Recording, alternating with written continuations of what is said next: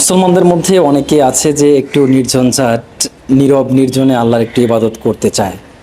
অনেকে আছে বৈরাগী জীবন লাভ করতে চায়। আসলে ইসলাম কি এরকম বৈরাগী জীবনটাকে সমর্থন করে?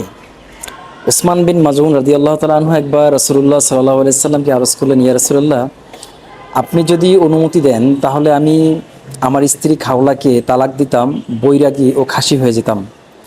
আমার উপর গোশত ভক্ষণ করা হারাম করে নিতাম, সারা রাত আল্লাহর ইবাদত করতাম, দিনের বেলা কোনো কিছু খেতাম না, সারা দিন রোজা রাখতাম। আর এই কথা শুনে রাসূলুল্লাহ সাল্লাল্লাহু আলাইহি সাল্লাম বললেন যে বিয়ে করা হলো আমার সুন্নাহ। ইসলামের মধ্যে কোনো বৈরাগ্য নেই। মুসলমানদের জন্য বৈরাগ্য হলো আল্লাহর পথে জিহাদ করা, আর সাওম পালন করা হলো মুসলমানদের জন্য খাসি হয়ে যাওয়া। রাসূলুল্লাহ সাল্লাল্লাহু আলাইহি সাল্লাম আরও বলেন যে আল্লাহ তোমাদের উপর যেসব রিজিক হালাল করেছেন সেগুলো তোমরা হারাম করে নিও না।